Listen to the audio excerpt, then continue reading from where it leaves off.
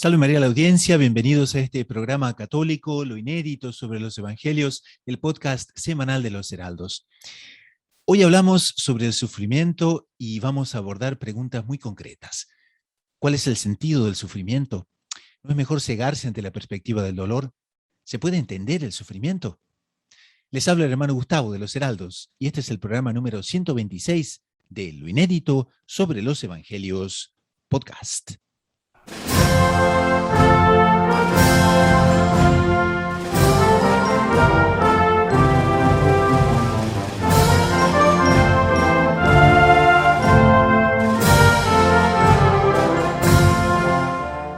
En este episodio de Lo inédito sobre los evangelios podcast, comentamos el evangelio de esta semana. ¿Se puede entender el sufrimiento? Y en la sección espiritualidad, ¿cómo evitar peleas y disputas en la familia? Todo eso y mucho más en este nuevo episodio de Lo inédito sobre los evangelios podcast.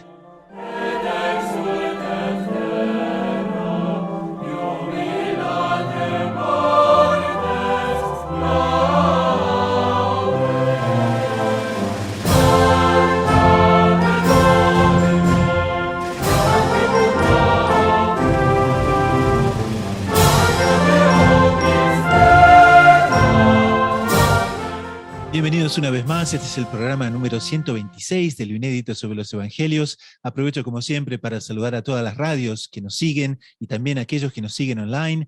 Me refiero a Radio María Canadá, la voz católica que te acompaña, Radio María del Rosario, FM 90.7 de Buenos Aires, Radio María Guatemala, FM 103.3 de Guatemala City, Radio Caballeros de la Virgen de Colombia, a las 24 horas bajo la protección de María, las audiencias en las redes sociales, en YouTube y WhatsApp, y bueno, en todos aquellos lugares también donde los heraldos del Evangelio ejercen su apostolado. El día de hoy nos acompañarán el hermano Fernando Pío Galán de los Heraldos del Evangelio, quien, como ustedes saben, es doctorado en Teología Espiritual por la Pontificia Universidad Santo Tomás de Aquino de Roma, el Angelicum, es misionero en España y en Italia.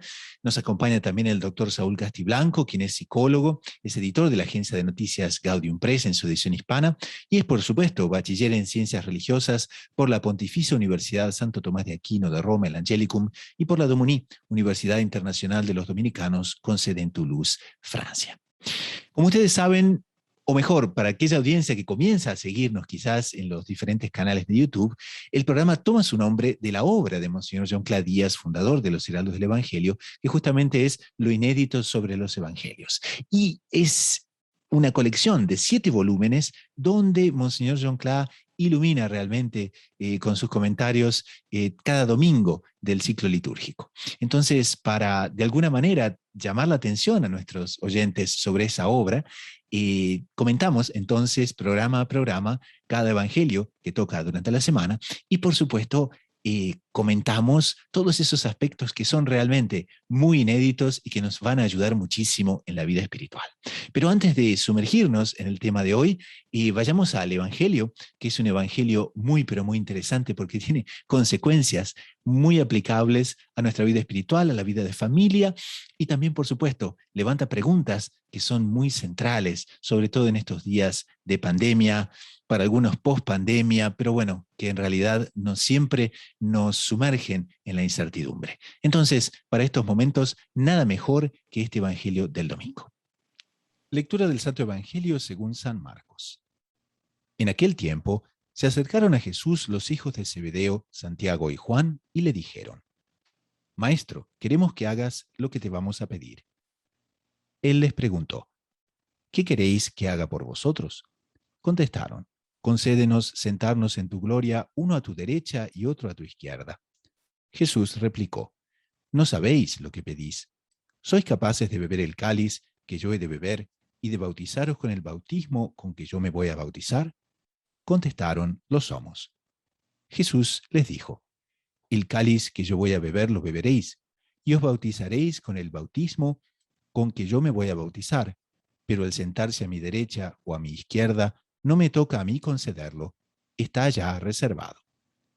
Los otros 10, al oír aquello, se indignaron contra Santiago y Juan. Jesús, reuniéndolos, les dijo: Sabéis que los que son reconocidos como jefes de los pueblos los tiranizan y que los grandes los oprimen. Vosotros, nada de eso, El que quiera ser grande, sea vuestro servidor, y el que quiera ser primero, sea esclavo de todos.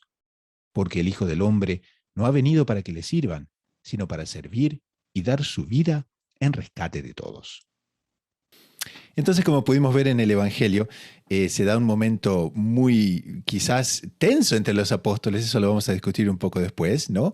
Pero nuestros dos apóstoles se lanzan con una pregunta muy, pero muy puntual y que nos lleva a la temática del primer segmento del programa del día de hoy. Entonces, si Dios quiere darnos lo mejor, ¿por qué quiere entonces que suframos? Y esa es una pregunta que muchos de los oyentes no tienen como así una duda o tienen un punto de interrogación. Entonces, qué bueno sería abordar el tema, sobre todo con nuestros panelistas el día de hoy. Bueno, una cosa que no nos podemos olvidar. Dios actualmente quiere que suframos, permite que suframos. Esa es una diferencia que no es pequeña. Una cosa es querer con una voluntad propia, lo que dice la voluntad propia, o una voluntad que sea más consecuente. O sea, Dios permite el sufrimiento o Dios quiere el sufrimiento. Eso sería un punto para ser tratado. Pero sobre todo, la parte que me interesa, no nos podemos olvidar de la antropología cristiana. Esto es, Dios cuando hace la creación, tal y como nos cuenta el Génesis, todo era bueno para el hombre en la creación, ¿no? El paraíso, el jardín, era todo bueno. Quien crea el dolor, entre comillas, quien introduce al dolor en la tierra, en la historia de la humanidad, son nuestros padres. Es el pecado. Eso no nos podemos olvidar. Entonces ya es un punto que es muy importante. Entonces, el dolor, el sufrimiento, es instaurado por el pecado. ¿De acuerdo? Ahora, uno así de una forma un poco superficial diría, bueno, pues si es fruto del pecado, obviamente es algo que no es querido por Dios, porque Dios no quiere el pecado. Ahí, ojo, porque justamente lo que nos demuestra la historia de la salvación y la cúspide de la historia de la salvación, que es nuestro Señor Jesucristo, es que el dolor, el sufrimiento, redime. O sea, para librarnos del pecado, que ha sido el pecado que ha instaurado el dolor es una de las vías de redención. Y esto es una cosa que para la psicología y para la forma de pensar de hoy, para el políticamente correcto que gobierna, impera en el mundo de hoy, suena muy mal. Suena muy mal. Pero la redención por el dolor, eso es una cosa, vamos, enferma. Eso es una cosa... Masoquismo. Masoquismo. Querer sufrir. No, tenemos que evitar el sufrimiento. Pero no es la doctrina de la Iglesia. Y en este punto hay una fantástica encíclica de su santidad San Juan Pablo II, Salvificis Doloris. Si no me equivoco es del 86, ahora no la tengo aquí delante, pero justamente habla del valor redentor, salvador del dolor. Entonces, ¿cómo es posible que Dios permite nuestro sufrimiento? Por un motivo muy sencillo. Porque el sufrimiento, el aceptar el sufrimiento que recibe en nuestras vidas, nos hace progresar hacia él. Bueno, don Fernando decía que la doctrina católica no es esa. La doctrina católica no es la de que todo sufrimiento hay que rechazarlo, hay que huirle.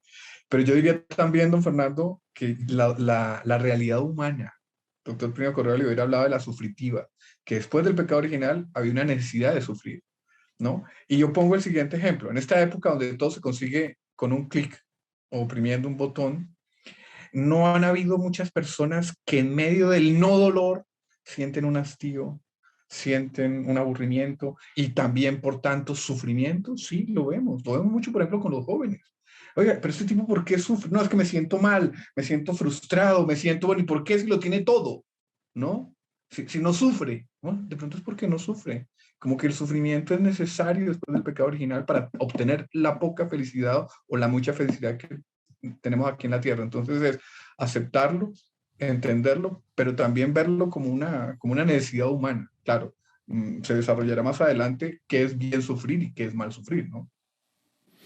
Pero una perspectiva muy pagana, por ejemplo, y quizás neopagana, como decía el doctor Plinio Correa de Oliveira, es que, claro, a veces nos parece que es mejor cegarse ante el sufrimiento porque la perspectiva del dolor nos aterra, o es algo que podemos definir así en primera instancia como el dolor es algo indeseable, es algo que debe ser evitado a toda costa, quizás por la propia naturaleza humana. Forma parte, es muy humano huir del dolor, porque forma parte del instinto de supervivencia. Nosotros, en nuestra parte de naturaleza animal, que todos nosotros tenemos la experiencia de aquello que duele atenta a nuestra vida. Ergo, por una cuestión de instinto, evitamos el sufrimiento, evitamos el dolor en cuanto amenaza a la propia vida. Entonces, instinto de supervivencia. Exactamente, pero es un sentimiento que es irracional y que, así como muchas personas viven de luchar contra su propio instinto, le hace bomberos, policías, enfermeros, etcétera. Aquellas personas que exponen su propia vida, a veces no tanto por salvar a otros, salvar la vida de otros, sino solamente por su bienestar. ¿Cuántos enfermeros en esta época de pandemia? Su instinto hubiera sido alejarse de los enfermos. Claro. Yo estoy en España, el país del mundo de mayor número de médicos y de enfermeros han contraído COVID, justamente por tratar a estos enfermos. Pero es que no todo instinto es bueno, o no toda parte de todo instinto es bueno. Nosotros somos seres racionales, y tenemos que tener una visión racional incluso sobre los propios instintos. Entonces, ojo, estamos hablando únicamente sobre la parte humana, sobre la parte natural. Exacto. No estamos hablando sobre la sobrenatural. En un sentido sobrenatural es todavía superior. Por cierto, quería aclarar que he aprovechado para consultar 11 de febrero, Día de Nuestra Señora de Lourdes, de 1984. Esto es una encíclica que vale mucho la pena leer porque no solo habla del valor del sufrimiento, del dolor y de la enfermedad dentro de su sentido cristiano, San Juan Pablo II. Salvificis Doloris, ¿no es cierto? Salvifici Doloris, exactamente. Salvifici es una encíclica que vale mucho la pena leer porque además es un poquito, en cierto sentido, para el que le gusta la figura de este san grandísimo Papa, de que él mismo hace una cierta reflexión porque él acaba de salir de la recuperación de su atentado que le contra la vida. Entonces tiene un valor especial, tiene un saborcillo especial esta encíclica. Ahora quería llevarlos... Perdón, doctor Saúl, ¿le interrumpí? No, que he leído relatos, por ejemplo, de obispos que pasaron por situaciones complicadas de COVID y pues en algunas cosas coinciden y muchos hablan de que también la perspectiva de la vida cambió. Y yo no sé si es entrar mucho en la intimidad de uno de nuestros panelistas, pero sé que don Fernando estuvo en estos días afectado por COVID, entonces yo no sé si eso también le pasó a él. Y yo no sé si nos puede hablar algo que quiera decirnos de esa experiencia, que fue una experiencia seguramente dura. Sí, desde luego no fue tontería. Estuve 10 días en terapia intensiva y después estuve 8 días más en el hospital. Pero hay un viejo principio que es: piensa en tus novísimos y no morirás eternamente, ¿no? Principio básico de la espiritualidad. Los novísimos son lo que también se llamaba antiguamente, el lenguaje antiguo porque no se ha dejado de enseñar, no porque no sea actual, las prostrimerías del hombre. O sea, básicamente lo único que en nuestra vida tenemos seguros, que es la muerte, porque esa es segura, esa viene segura. Otra cosa que es segura después de la muerte, por fe sabemos, el juicio particular, ¿no? Seremos juzgados por todas nuestras acciones, seremos premiados o castigados en función de cómo hayamos actuado, y después el destino eterno que nos queda, ya sea el cielo. Si entiendo bien, don Fernando, todas esas cosas se le hicieron muy vivas durante la enfermedad. Exactamente, o sea, es la enfermedad, el sufrimiento, la proximidad de la muerte, la consideración justamente de esto. Yo tuve realmente esa ventaja, ¿no? de poder verlo. Obviamente que no hace falta contraer el COVID para meditar en estas cosas, quiero decir, es mejor de hecho hacerlo antes, de preferencia, ¿no? Porque que cojamos o no el COVID no va a depender, no lo sabemos, no es seguro que nos vamos a morir, sí. Entonces, estar en estas circunstancias y tener tan claro esta proximidad, desde luego que fue una experiencia realmente muy, muy interesante. Y yo no voy a decir que tengo, digamos, añoranza de esta época, porque desde luego no, porque de hecho es bastante complicada la cosa, pero sí, esta perspectiva de saberse próximo a rendir sus cuentas hacia Dios es bastante estimulante en materia espiritual, desde luego, no hay duda alguna. Si me permiten, quizás podríamos llevar un poquito, ¿no?, la luz hacia el Evangelio propiamente, porque estábamos hablando justamente de ese tema, que es, bueno, quizás no instintivamente tratamos de cegarnos para no ver la perspectiva del dolor. Y era una cosa que tanto a San Juan cuanto a Santiago, que interpelan a Jesús, ¿no? Y nuestro Señor les da una respuesta, pero se ve, y aquí Monseñor Jonclar lo comenta muy bien en sus escritos, y dice que por más que nuestro Señor hablase de sufrimiento, los apóstoles realmente no estaban en condiciones de ver a dónde nuestro Señor quería llegar. Bueno, este es un punto que habitualmente digo y me gusta siempre remarcar. No nos pongamos delante de estos episodios bíblicos como jueces diciendo, ay, estos apóstoles realmente, gente dura de corazón, gente que no quería a nuestro Señor, qué barbaridad. No. Esto nos tiene que servir para nosotros vernos reflejados en esta incredulidad. Somos nosotros. O sea, somos nosotros, los apóstoles somos nosotros. Porque, ojo, los apóstoles por lo menos no habían visto la resurrección del Señor, no habían visto la pervivencia de la Iglesia por 2 milenios, no habían visto la gloria, se quedaban únicamente en aquello concreto. Luego, ellos vienen de una mentalidad, una cosa que está muy relacionada, y además recientemente en la liturgia. ¿Cómo es difícil para un rico entrar en el mundo en el reino de los cielos? Se podría parafrasear. ¿Cómo es difícil para uno que nunca sufrió entrar en el reino de los cielos? Los apóstoles tampoco lo entendían, porque ellos tienen una concepción común en la época, desde luego equivocada, en la cual aquella persona que tenía mucha riqueza, o lo que es equivalente, o incluso confundible, aquella persona que no sufría, que no tenía elementos de sufrimiento, esa persona era beneficiada por Dios, esa persona tenía un auténtico privilegio. Y un punto importante ahora, yo me acabo de acordar, pero es muy interesante, cuando la liturgia de la Sagrada Familia, cuando se celebra el oficio, la liturgia o la misa, en la Sagrada Familia, una de las oraciones de la misa, del oficio de las horas, es Sagrada Familia, experta en el sufrir.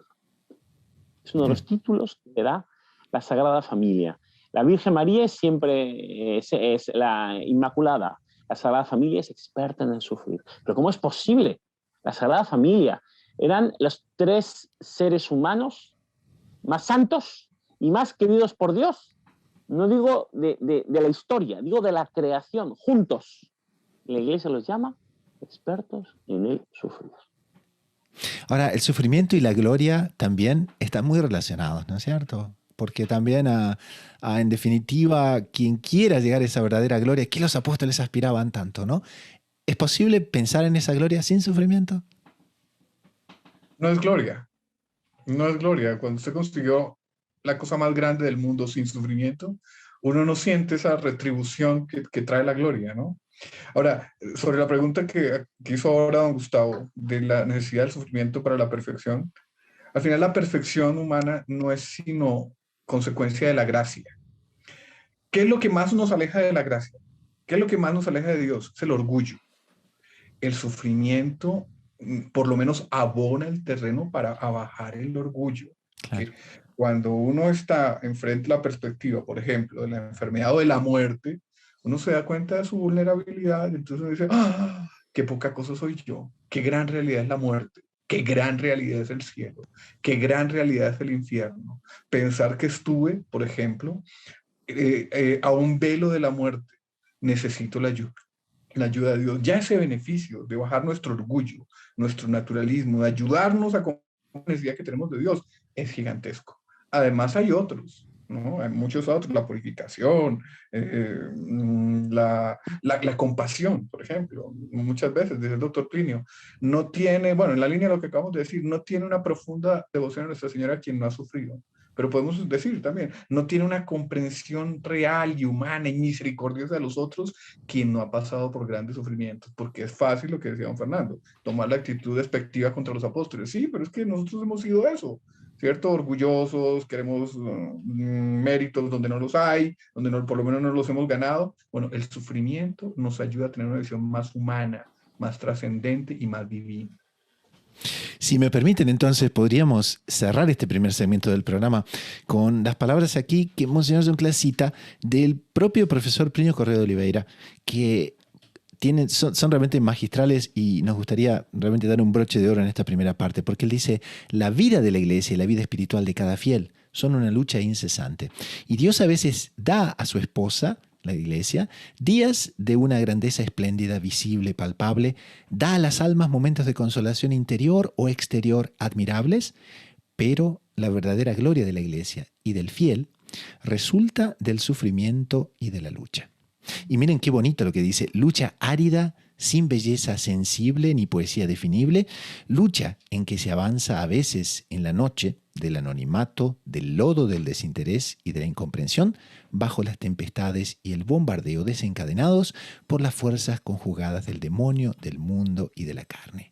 Pero una lucha que llena de admiración a los ángeles del cielo y atrae la bendición de Dios. Qué palabras proféticas podemos decir, qué palabras, ¿no?, de alguien que conoce el sufrimiento y el dolor muchísimo y que realmente no se nos ocurre mejor recomendación a los oyentes que copiar estas palabras y guardarlas realmente, porque son de una aplicación monumental y nos van a ayudar en cualquier circunstancia de la vida.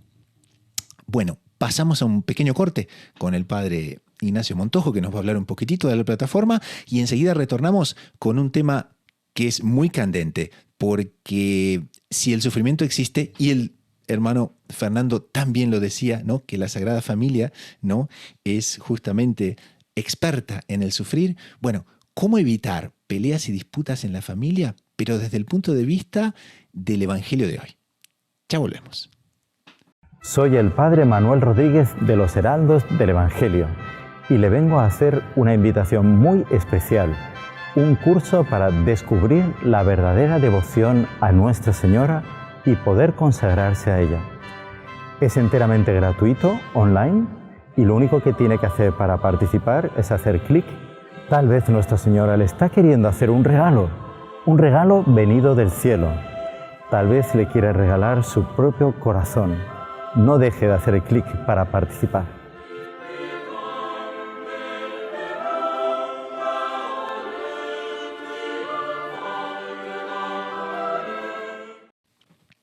Pasamos ahora a la segunda sección del programa, la sección espiritualidad. Como ustedes saben, en esta sección exploramos temas centrales de la vida espiritual para el beneficio y el crecimiento de la audiencia. Entonces, el Evangelio de hoy nos trae una escena que es inmediatamente correlata a la intervención de los dos apóstoles, Santiago y su hermano San Juan, porque, claro, la intervención genera indignación entre los apóstoles, y se puede ver que la familia propiamente, ¿no?, los más allegados a nuestro Señor, bueno, se embarcan en una disputa y en una discusión, ¿no?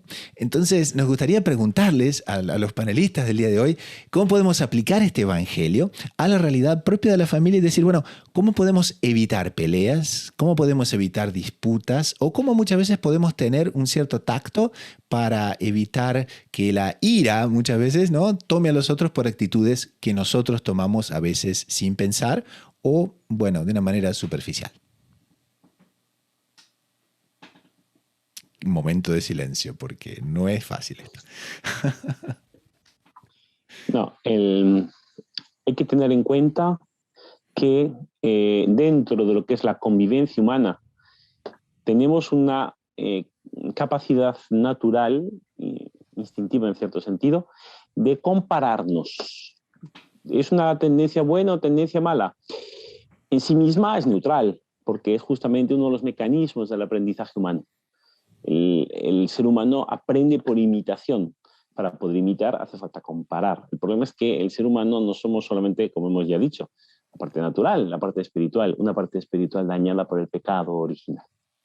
Este pecado original introduce en nuestra experiencia humana los dos elementos que son el dinamismo de todos los pecados, ¿no? Por excelencia, el pecado por excelencia, ni siquiera se considera pecado capital en cuanto que es madre de todos los pecados, que es el orgullo, ¿no? El orgullo, que es la parte por excelencia negativa del espíritu. Y luego está la parte natural que pide preeminencia sobre el espíritu, que sería la sensualidad, o sea, propiamente que el cuerpo domine al espíritu. Estos dos principios negativos, estos dos vicios, son los que se manifiestan de una forma bastante evidente en este momento de los apóstoles. O sea, los 12 apóstoles que rodean a nuestro Señor y que de una manera, a nuestro parecer, tan evidente, tan descarada, nos podemos llevar las manos a la cabeza. ¿Cómo dicen esto? Se lo dicen a nuestro Señor. Pero es todo querido todo por Él, por Dios quería, porque nos va a ilustrar en nuestra convivencia con los demás, con nuestro prójimo, al cual tenemos que amar como a nosotros mismos. No nos olvidemos, es el mandamiento mayor de Dios, amar a Dios sobre todas las cosas, al prójimo como uno mismo. En estas circunstancias, la comparación no ha sido para elogiar los lados buenos del otro, sino para reclamar nuestro derecho, aquello que pensamos que el otro nos arrebata. Si el otro es más que nosotros, el orgullo nos hace pensar que es más que nosotros porque nos ha robado aquello que nos correspondía a nosotros. Y eso es lo que hacen los apóstoles. Sencilla, simplemente, tristemente, gracias a Dios que lo hacen ahí, entre comillas, porque nos dan ejemplo a nosotros, nos marcan el camino, no lo hagáis. Esto es como los cuentos, se dicen los niños, ¿no? Pulgarcito hizo tal cosa, tú no lo hagas. Aquí tenemos lo que verdaderamente pasó con los apóstoles. Ojo, no lo hagamos, porque siempre que tengamos un prójimo al lado nos va a pasar. Y cuanto más próximo sea el prójimo, más duro será. Entonces, en nuestra vida familiar, con nuestra familia, ya sea nuestra familia carnal, ya sea el que está casado, con su esposa, con su esposo, vamos a tener, por mucho amor que tengamos, vamos a tener esta emulación y esta envidia. Vamos a sentir ese instinto. Por eso nosotros tenemos que combatirlo, ser consciente y combatirlo. Combatir. Cuando veamos que el otro está siendo superior a nosotros, ¿cuál es la mejor manera de evitar, de querer tirarle de los pies, hundirnos los dos, pero que él no me gane? Eso es lo que el orgullo, el demonio nos insufla en el alma, es admirar, es alabar a Dios. El otro me está superando en fuerza, en inteligencia, en belleza, en amistad. Bendito sea Dios. Qué alegría poder estar cerca de una persona así. Admirar es el primer arma que tenemos para el terrible vicio de envidiar. Muy bien, muy bien. Como la admiración cura, ¿no? Que la admiración trae alegría, ¿no? Trae alegría, alivio, ¿no? Nos saca del infierno de la comparación egoísta y aprovechadora y nos trae la alegría de contemplar algo superior.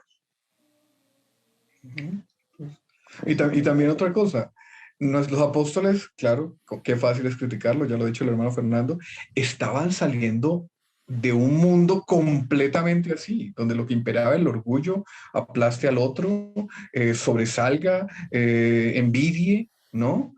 Entonces la labor de nuestro Señor era mucho más fácil que después en la civilización cristiana, y era sáquelos de esos criterios enraizados en miles de años de antigüedad y muéstreles que no, que es en la admiración, que es en el servicio donde menos se sufre, porque siempre habrá alguien superior a uno, siempre habrá algo que pueda atormentar al envidioso y al orgulloso. Pero si usted no tiene esa actitud, sino una actitud de servicio, admirativa, etcétera, ¿no? Todos haciendo eso, todos le están dando a los otros razones de felicidad, y esa es la civilización cristiana. Es nuestro Señor planteándoles el mundo alternativo y maravilloso, que es el reino de Dios aquí en la tierra, como respuesta al mundo del cual la antigüedad pagana ya estaba harta, que era el mundo del orgullo y de la sensualidad y de la envidia, etc. Entonces, nuestro Señor les está diciendo, oiga, no, el reino mío en este mundo es ese. Ese es el mundo de la admiración, del servicio, la entrega, y ese es el mundo que conoció la civilización cuando se hizo cristiana y que abandonó la civilización cuando se hizo pagana. Un aspecto que es muy, muy inédito aquí, que Monseñor Jean-Claude trata y es lindísimo, él focaliza en la frase que nuestro Señor usa. Porque claro, nuestro Señor lee las almas, es Dios, está leyendo lo que van a pedir, ya ve la actitud, ¿no es cierto? Ve todo como si fuese escrito en un libro. Y cosa curiosa. Y los trata con bondad, Monseñor los trata en el libro. Es sí. que ya los conozco, pero yo los conozco y los quiero, y los trata con bondad, ¿no? Y entonces, y eso se refleja exactamente, doctor Saúl, en la frase, ¿qué queréis que haga por vosotros? O sea, él ya sabe la burrada que van a preguntar, sabe lo que va a detonar, ya sabe hacia dónde la discusión va a ir, y entre tanto la bondad infinita, ¿no?, de nuestro Señor, ¿qué queréis que haga por vosotros. Entonces, quería ir preguntarles, ¿no? Porque, bueno, vamos a decir que en la familia alguien entonces tuvo una actitud de comparación, ya las palabras, ¿no? Una vez proferidas, ¿quién las retendrá? ¿No? La palabra fue. Entonces, ¿qué aconsejamos a la audiencia para, en ese momento en que nos damos cuenta que ya, ¿no es cierto?, las cosas han tomado una dirección que no debería? ¿Cómo hacemos para reparar de alguna manera? ¿Qué recomendamos? Bueno, aquí básicamente nos encontramos delante de esta situación que hemos hablado antes, ¿no? Ya hemos caído, ya hemos pecado de esta envidia que supone compararse egoísticamente, como decía el doctor Saúl. Entonces, hay una forma, primero interior, ¿no? Hemos dicho ya que es admirar. Ahora, esta admiración no puede quedarse únicamente en el lado interior si hemos externalizado esta envidia, ¿no? Entonces, no nos olvidemos que una parte muy importante de la confesión, o sea, si esta envidia, esto debería ser confesado. Esto debería ser colocado en el sacramento de la penitencia. Debería ser confesado, porque en materia de absolución, dependiendo del grado, puede ser tranquilamente pecado mortal. Eso lo va a decidir el sacerdote, no lo decidimos nosotros. Entonces, una vez que si hemos confesado esto, tenemos que mantener una actitud exterior de retribución, porque el pecado de envidia, como el de robo o como el de injuria, exige ser reparado. Si yo robo algo, no puedo decir simplemente, mire, he robado 1 millón de euros a fulano. No me dice, bueno, pues reza a Teresa María y te perdono. No. El pecado de robo incluye reparación. Debo devolver lo robado a su legítimo propietario para que pueda ser perdonado. Entonces, en estas circunstancias, la envidia también necesita, en cierto sentido, de una reparación.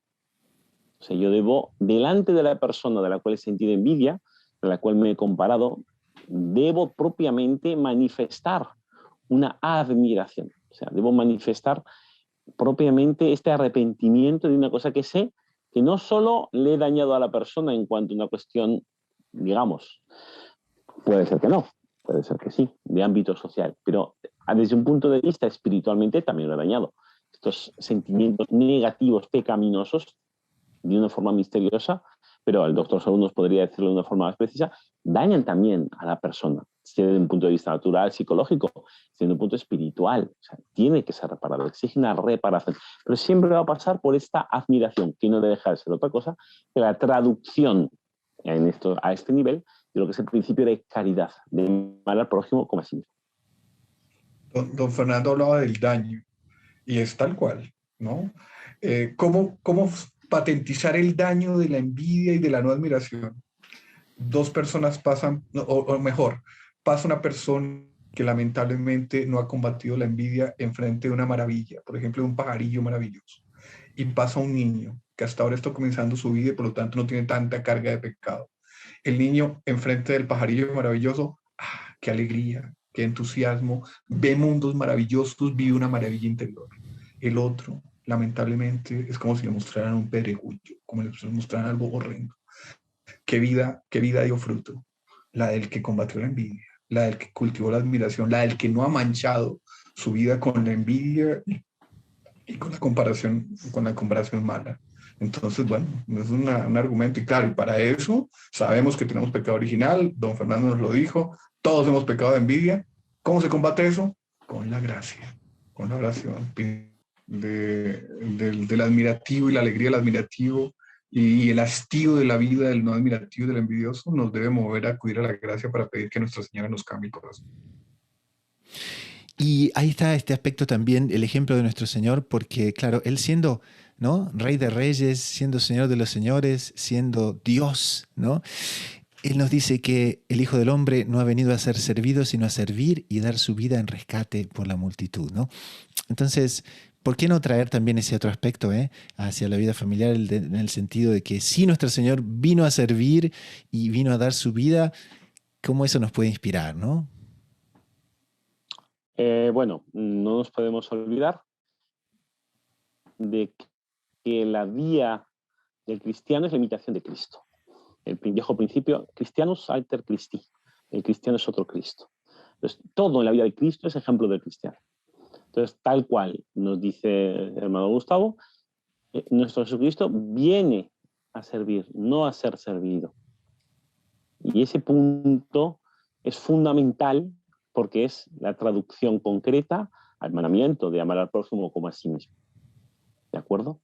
Entonces, si nosotros tenemos una predisposición, afrontamos la vida dentro de esta actitud, o sea, nosotros estamos, pero buscando, no solo, es muy común, ¿por qué no has hecho otra cosa? No me la ha pedido. Nosotros tenemos experiencia. Y delante de las personas, la persona me puede pedir un vaso de agua porque tiene sed. Pero si yo veo que se pasa la lengua por los labios, si yo mismo tengo sed, puedo intuir que tiene sed. Entonces aquí viene la humildad, adelantarnos a los deseos de los demás.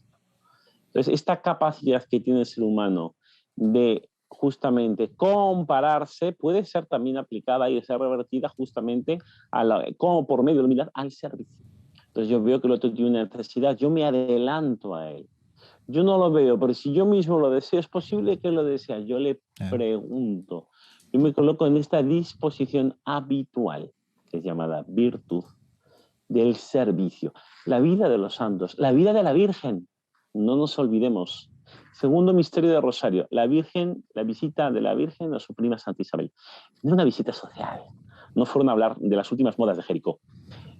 La Virgen supo que su hermana, su prima, que todos le decían estéril, estaba embarazada en su 6º mes. Fue corriendo, fue velozmente desde Nazaret hasta la casa de su prima, un viaje largo, pero rápido. ¿Por qué? Porque sabía que iba a necesitar de su ayuda. ¿Se lo había pedido su prima? No, pero lo había sabido por boca del ángel.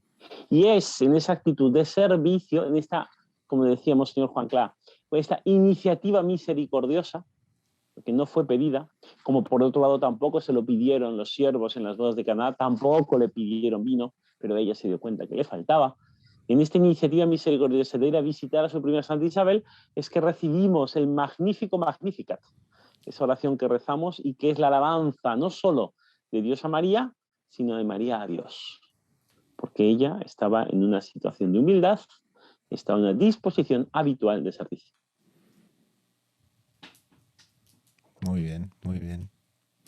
Doctor Saúl, ¿alguna otra cosita más? ¿Podemos concluir este segmento?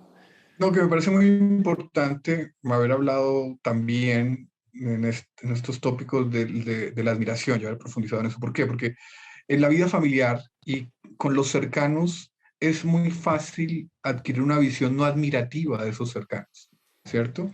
Y esa visión no admirativa es falsa. Muchas veces es una visión promovida por el demonio. Entonces nosotros tenemos que hacer esa profilaxis con la ayuda de la gracia. Oiga, esto que yo estoy viendo de mi hermano, de mi mamá, de mi cónyuge, de mi compañero de trabajo, etcétera, comúnmente es falso, porque él tendrá este otro defecto, pero mira estas cualidades que no estoy viendo. Porque normalmente el servicio y la entrega, por lo menos naturalmente, parten de la admiración, ¿cierto? Yo admiro algo y entonces se opera esa trilogía de la que hablaba el doctor Plinio Correa Olivera de enleo, veneración y ternura. Yo me entusiasmo, yo venero eso sobre lo que me entusiasmo y ejerzo una ternura y me doy hasta por entero, ¿no? Entonces es muy importante cultivar la admiración para alegrarnos la vida, para entregarnos en los momentos en que no deseemos y pedir la gracia porque la admiración es una de las grandes alegrías que Dios nos concede en esta vida y hay muchas cosas que admirar y no solo exteriormente, sino en el seno de nuestra familia también. Inclusive admirar el pasado, admirar las generosidades, ¿no? Siempre hay cosas para admirar. Entonces pidamos a Nuestra Señora que nos dé esa gracia, que así como la Sagrada Familia era experta en el sufrir, como decía el hermano Fernando Pío, entonces pidamos justamente esa gracia, que si hay momentos en los cuales, bueno, se necesita evitar peleas, se necesita reparar disputas, se necesita todo eso, entonces que la Virgen nos conceda esa gracia especialísima que hacía, ¿no? A ella, a San José, a nuestro Señor, no ser expertos en sufrir y con eso entonces nos dejan esa lección tan pero tan importante para la vida cotidiana. Pasamos ahora al siguiente segmento del programa, que son las preguntas de los oyentes y las respuestas. Doctor Saúl, una pregunta que nos llega: ¿es posible entender el sufrimiento? Tamaña pregunta, ¿no es cierto, doctor Saúl? Que yo creo que, Sí, en fin, exige volúmenes quizás. Pero bueno, ¿qué le podemos contar a la audiencia sobre ese tema? Algunos puntos quizás más... filósofos e incluso teólogos dicen que es uno de los problemas más peliagudos, más profundos, más difíciles de profundizar, de entender, ¿no? Pero bueno, lo primero es constatar que el sufrimiento existe, que el sufrimiento hace parte de nuestras vidas, que intentar escapar de todos y cada uno de los sufrimientos es una locura, ¿cierto?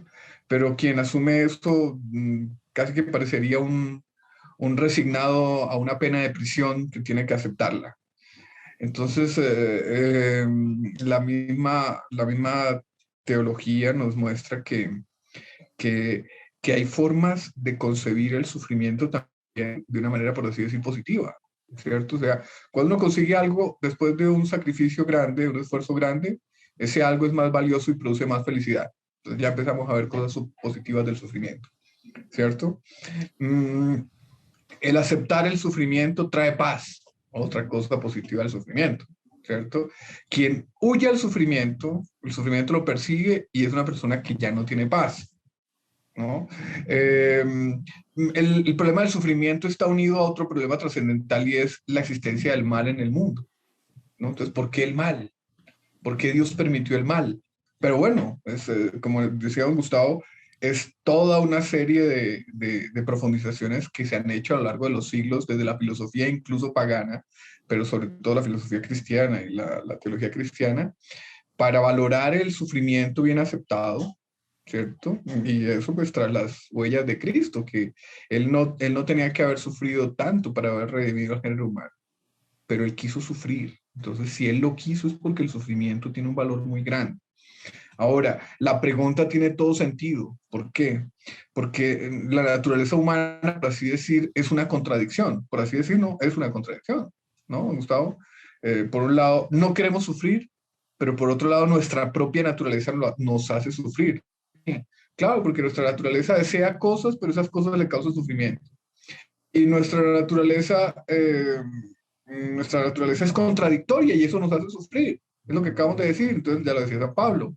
Oiga, razón me dice que tengo que hacer tal cosa, pero mis instintos y mi sensibilidad me dicen otra. Esa contradicción ya me hace sufrir. El hombre ya tiene un sufrimiento interno. El único que explicó de una manera cabal ese hecho interno esencial de la psicología del hombre es la Iglesia, con la doctrina del pecado original. Es que hay una contradicción interna, que no es una contradicción de origen, es una contradicción consecuencia de un pecado, ¿cierto? Entonces es otra cosa que no debe sufrir. Ya la liturgia dice, o felix culpa, ¿no? O feliz culpa la de Adán que nos trajo al Redentor, pero lo dice feliz culpa porque también sabemos, oiga, cuántas veces hemos detestado el pecado de Adán, ¿no? Entonces sí, lo primero es aceptar el sufrimiento, saber que hay una visión cristiana del sufrimiento, que el sufrimiento es redentor, que si bien Cristo nos podía haber redimido con gota de sangre que derramó en la circuncisión, Él quiso ese sufrimiento atroz, es por algo, y Él nos muestra en ese auge de sufrimiento cosas de la divinidad que no veríamos si no, Él no hubiera sufrido tanto, como su generosidad, su entrega, la bondad, la compasión que Él tiene con los que sufren, que somos todos, la misericordia que Él tiene con su generosidad, su bondad infinita. Todas esas cosas las vemos a partir del sufrimiento y las vemos en Cristo y las vemos en los hombres que con espíritu cristiano y con la ayuda de la gracia cristiana llevan adelante el sufrimiento. No sé qué le parece, Gustavo. No, me parece muy interesante. Aquí Monseñor John Clark, por ejemplo, da esa perspectiva, ¿no? Y también dice un poquitito que es absurdo querer adecuar a Dios a nuestra perspectiva, a nuestra mentalidad y quizás al querer entender el porqué de las cosas, ¿no? Porque yo creo que, no sé, doctor Saúl, si muchas veces, en fin, pacientes, personas que le llegan, ¿no? Le manifiestan este problema, pero es terrible, ¿no? Que nosotros muchas veces queremos saber el porqué del sufrimiento y no existe posibilidad ninguna, absoluta, de encontrar el porqué. Y eso es lo que quizás, ¿no? También nos hace más dificultoso, el no poder entender, ¿no? De repente un momento en el que estamos pasando, ¿no? ¿Usted cómo lo ve eso? No, sí, es eso. También el buscar el por qué es algo interno de la naturaleza humana ordenada. Los niños apenas tienen uso de la palabra, el por qué, por qué, por qué, por qué, por qué. O sea, hay un deseo intrínseco del hombre de conocer la razón de las cosas. Pero a ese deseo tiene que sumarse la constatación de que no somos Dios y no lo vamos a poder comprender todo. Entonces, los sufrimientos tienen una razón, porque todo el universo tiene una razón. En la mente divina tiene una razón, pero no queramos comprender la razón de todas las cosas porque no seríamos Dios. Entonces en ese momento podemos sujetarnos a la voluntad divina y lo comprobé cuando hacía práctica clínica, ya no la hago tanto. Las personas que tienen una fe religiosa comprenden más, porque si hay una comprensión y comprendiendo más se tranquilizan el camino terapéutico es más rápido. ¿Por qué? Porque las personas dicen, oiga, no comprendo. ¿Por qué me está pasando esto? Yo que he sido tan bueno, yo estoy sufriendo esto después de haberme cuidado mi salud de una manera eximia y con sacrificios durante toda mi vida, porque ahora tengo cáncer, no comprendo por qué Dios permitió esto. Pero las personas que tienen una fe religiosa y que saben que sí hay una razón, y que es una razón divina y que es una razón de amor hacia los hombres, ¿no? Sobre todo a los hombres que están unidos con Dios, esas personas tienen más capacidad de aceptar el sufrimiento y tienen más capacidad inclusive de sobreponerse al sufrimiento, ¿no? Entonces, Dios, ¿por qué permitió esta enfermedad para mí? Dios, ¿por qué permitió esto? Oiga, ¿Él lo ama a usted? ¿Sí o no? ¿Él le ha dado muestras de su amor? ¿Sí o no? Sí. Entonces, acepte también como muestra de su amor este designio de su providencia, que usted ahora no comprende, pero que usted sabe que también es amoroso. Y al final de cuentas, nosotros no estamos hechos para esta vida. Nosotros estamos hechos para la vida eterna. Entonces, lo importante es alcanzar la vida eterna. Y si este sacrificio, este sufrimiento me ayuda a eso, pues bienvenido sea. Soy débil, soy frágil, me revolto, no gusto, bueno, pida fuerzas. Dios no quiere que usted camine solo, Dios quiere que usted camine con Él. Entonces, pida fuerzas. Pero el sufrimiento tiene una explicación, que yo no la veo, es otra cosa. Ahora, ¿que es normal huir del sufrimiento? Sí, también es normal y por eso vamos al médico, pues tomamos pastillas. O sea, hay un equilibrio en eso, ¿cierto? Que la vida no es solo sufrimiento, eso es también cierto. Que a veces la alegría está en medio del sufrimiento y el sufrimiento en medio de la alegría, sí, la vida es compleja, ¿no? Lo cierto es que quien no acepta el sufrimiento, la realidad de que eso existe, es una persona completamente pues, intranquila, ¿no? Entonces dejamos a la audiencia también con esos puntos para meditar, ¿no? Durante la semana, quienes nos escuchan, quienes usan este programa quizás, ¿no? Bueno, manejando en la autopista o viajando o en un tren. Entonces vale la pena de repente parar aquí, ¿no? Y tomar esos puntos que el doctor Saúl decía y desarrollarlos, ¿no? Y Porque ahí para cada uno... Don Gustavo tiene detrás a la Virgen, en los sufrimientos, en la incomprensión del sufrimiento, en el dolor del sufrimiento, en la perspectiva del sufrimiento que se acaba, recurramos a Nuestra Señora. Ella no nos va a explicar todo, pero vamos a sentir su amor y con su amor vamos a entender la grandeza del sufrimiento. La siguiente pregunta que tenemos nos llega y, bueno, aborda un tema que también está un poco en el Evangelio, pero que va a interesar mucho a la audiencia porque trata también de una temática que es poco común y es, ¿puede haber sucesivas conversiones en la misma persona? Bien, aquí claro, lo vemos muy claro, ¿no? Cuando se habla de queremos ser nosotros los primeros, quién es el primero en el reino de los cielos y demás. Yo creo que todo el mundo entiende que se puede uno volver a convertir, en el sentido que yo me convierto, me coloco una vida de virtud, pero la realidad humana es así, somos hechos de carne y hueso, caemos, volvemos al vicio, a veces por un tiempo prolongado, a veces en profundidades profundas dentro del vicio, luego nos volvemos a convertir. Pero esto no se puede hablar, no es lo que se dice en teología espiritual cuando se habla de la segunda conversión, tercera conversión, cuarta conversión, porque eso es una primera conversión. O sea, yo me convierto del pecado. Otra cosa es que vuelva a la vida del pecado y me vuelva a arrepentir. Digamos, no es una segunda conversión, sino que es la segunda vez que caigo y me levanto en mi vida. Es distinto. Cuando se habla de las varias conversiones, se habla justamente en la vida de varios santos que ha pasado eso. Yo creo, para mí, uno de los casos más característicos es una compatriota, Santa Teresa de Jesús, Santa Teresa de Ávila, conocida en otros lugares, Santa Teresa la Grande, que se dice en España, somos así. Entonces, Santa Teresa, desde niña, quería ser mártir, desde niña quería tuvo aquel famoso episodio en el cual se escapa con su primito, creo que tenía 6 años, 7 años, Santa Teresa, que se van a África a hacerse martirizar, porque veía en el martirio una forma fácil de hacerse santa, y ella quería ser santa ya. Entonces, cuando ya quería estar llegando a África, no había salido todavía del jardín de su casa, hay que los encuentra jardineros y los devuelve, ¿no?, a su casa. Esta era Santa Teresa. Pues Santa Teresa, después de pelearse un poco con su familia, repito, somos españoles, entra en el convento. Entra en el convento de las Carmelitas. No Carmelitas calzadas, porque en la época aún no las había reformado, por lo tanto, las Carmelitas. Y ahí vive la vida común que llevan las monjas, que es una vida bastante relajada. Y ahí es una monja, cumple, pero claro, dentro de este ambiente se mantiene como monja, pero sin una radicalidad necesaria. Y es en este periodo de, digamos, una vida religiosa no bien llevada, no por vicio por parte de ella, sino porque era la costumbre. Ella se amolda a las costumbres de este convento, es que tiene la inmensa mayoría de las revelaciones. Todas sus obras, sus revelaciones místicas, sus visiones místicas serán en este periodo. Y ella no sale de este periodo. De lo que ella después va a calificar, no, yo no me atrevo a hacerlo, de tibieza espiritual. Santa Teresa la Grande era Teresa de Humada la Tibia en este convento, en estas circunstancias. Convento de la Encarnación de Ávila. Ahí se convierte por segunda vez. No es que abandonó el convento, no es que... No.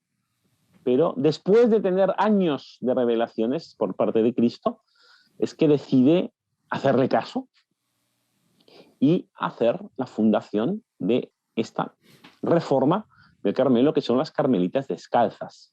Y ahí ella funda el convento de la Encarnación, de San José de Ávila, que queda justamente a las afueras de la ciudad, porque dentro estaba el convento de la Encarnación. Ella empieza su obra. Y es una obra que, como cualquiera que puede leer su biografía, fue una obra tremenda, con acusaciones a la Inquisición, con presiones políticas, con mentiras, con amenazas, con cansancios, con viajes. Bueno, la vida estándar de un santo. Somos cristianos, así fue la vida de Cristo, así tiene que ser nuestra propia vida. Bueno, una cosa que es importante saber, que esto se entronca con todo el episodio del sufrimiento que hemos hablado, prácticamente no tuvo ninguna revelación, ni consolación, ni visión más mística de Cristo. Ahora que estaba realmente haciéndole caso a Cristo, que estaba reformando la orden carmelita, ahora que se había vuelto a convertir, porque repito, no había mantenido una vida de pecado de la cual volver a la gracia, no había perdido la gracia de Dios, pero se mantenía de una forma tibia. Es ahora que perdió prácticamente toda la comunicación con Cristo. Segunda conversión de Santa Teresa. Y yo no dudo, porque no lo sabemos, que tuviera todavía una última conversión, que sería la conversión final. De hecho, se suele hablar que son siempre 3 conversiones. Yo no me meto en esto porque no soy experto en Santa Teresa, pero lo más probable es que todavía le vino una tercera conversión. ¿Y cuál es esa? Es del periodo de la vida. Cuando ella ya, en su ancianidad, sus fuerzas humanas decrépitas, se ve incapaz de seguir progresando, de seguir caminando, se da cuenta que su vida llega. Ahí viene una prueba más. La vida humana se acaba. Pero bueno, ya era Santa Teresa. La de quiero morir, la de vivo sin vivir en mí, pues tan alta vida espero que muero porque no muero. Por supuesto, estos eran sus deseos, pero su cuerpo seguro que le pedía no, yo quiero seguir viviendo. Bueno, delante de esta realidad humana de que el cuerpo tira hacia abajo, fuertemente, porque se le está acabando su tiempo, ahí es que el espíritu tiene que tirar más fuerte todavía para arriba. Por lo tanto, yo aún creo que hubo una tercera conversión de Santa Teresa, de la cual no sabemos porque no se conservan cartas de este periodo. Entonces, las conversiones no dejan de ser lo propio de la vida espiritual. ¿En qué sentido? En que la vida espiritual no es estática.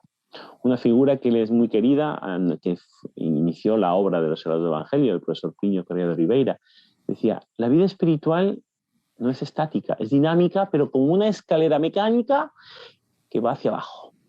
Y nosotros queremos subir arriba. Por lo tanto, si queremos, no digo ya subir, pero por lo menos mantenernos en nuestro sitio, no perder, no podemos quedarnos parados. La vida espiritual, quien no progresa, decae. Entonces, para ser consecuentes y continuar en nuestra vida de conversión y en nuestro camino hacia Dios no nos podemos quedar parados en ningún momento. Cada día entre nosotros es una oportunidad de crecer en amor. Y sabiendo de una forma segura y de una forma clara que si no crecemos en el amor, vamos a decaer en el amor. Y al final de la vida, aquello que es seguro de nuestra vida, que es que esta vida se acaba, no nos olvidemos. Seremos juzgados según este amor. Por lo tanto, según este movimiento ascendente hacia Dios. Lindísimo, hermano Fernando. Fantástico. Creo que la audiencia se ha beneficiado enormemente con esto de las conversiones y que también tiene mucho todavía, ¿no? Mucho, como dicen, paño para manga, ¿no? Así que seguramente le estaremos preguntando en otros programas, ciertamente. Pasamos entonces al último segmento del programa, que es la sección Sugerencias de la Semana. Como ustedes saben, puede ser un libro, una website, un artículo, un podcast de doctrina católica que nos haya gustado y podemos recomendar para el bien espiritual de las personas. Hermano Fernando, ¿qué tenemos para recomendar en esta semana?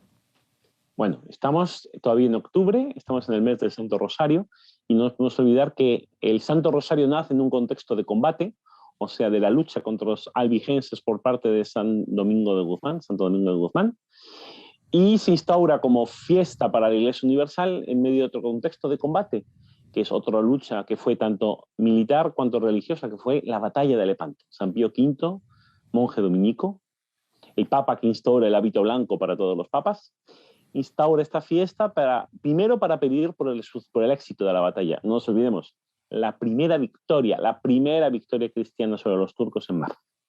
La primera en tierra había sido 3 años antes, en Malta, en el cerco de Malta. Esta es la primera victoria cristiana en el mar. Bueno, entonces, ante este hecho hay muchos libros, hay muchas cosas que leer, pero yo recomiendo uno especialmente, que es muy interesante, El último cruzado, de Louis de Waal, autor alemán, pero que se estableció en Inglaterra. Él era un antinazi, tuvo que huir de la Alemania nazi antes de la Segunda Guerra Mundial y luego colaboró con el ejército inglés durante la guerra.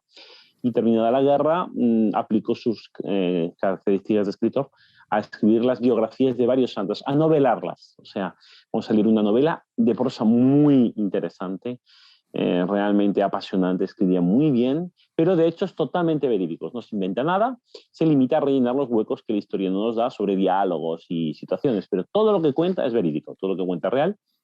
Y termina este libro no con la vida de don Juan de Austria, que él acaba en Flandes, en la guerra de Flandes, sino en la batalla de Lepanto.